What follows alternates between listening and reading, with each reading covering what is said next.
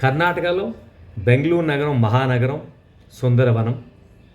ఇండియాలోనే Bengaluru climate best, Bengaluru ఐటీకి the best.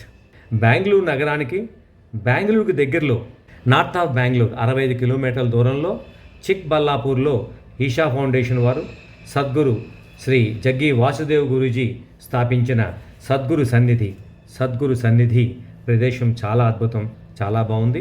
నగరానికి బెంగళూరు వాసులకు స్వామీజీ ఇచ్చిన గిఫ్ట్ అనుకోవచ్చు.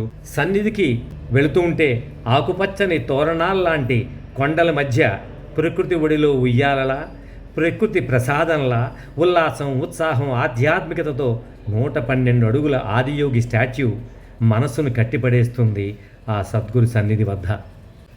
ఆదియోగి స్టాచ్యూ గల సద్గురు సన్నిధిలో full of freedom ideas.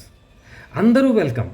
No bar on caste, creed, color, religion, regions, no obligations, objections, recommendations, no pushings and friskings. అంతా ఫ్రీ. సూర్యోదయంతోనే ఉదయం 6 నుంచి ఎంట్రీ ప్రారంభం. రాత్రి 8 గంటల దాకా అక్కడ చక్కటి అనుభూతులు. సద్గురు సన్నిధి వద్ద వాతావరణం అమోఘం. అక్కడ చల్లటి స్వచ్ఛమైన గాలి, అది ఇచ్చే శక్తి, అనుభూతి వర్ణనాతీతం. మనలోని ఆక్సిజన్ సిలిండర్స్కి పండగ అనిపించింది.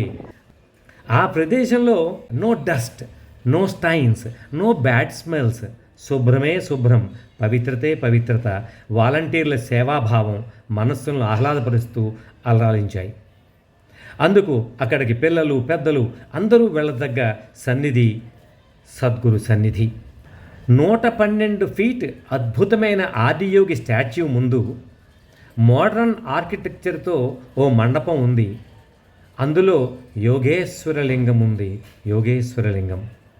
ఆ పవిత్ర లింగానికి మన స్వహస్తాలతో జలాభిషేకం చేసుకోవడం, స్వామికి దీపారాధన చేసుకోవడం, ఆ మండపంలో నిశ్శబ్ద వాతావరణంలో 2 నిమిషాలు మెడిటేషన్ చేసుకోవడం ఓ మంచి ఆధ్యాత్మిక దివ్యానుభూతి.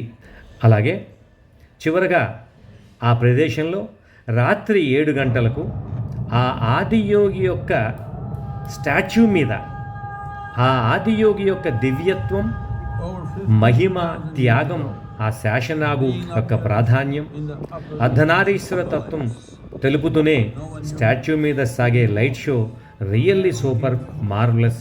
తప్పక వెళ్ళి చూడవలసింది.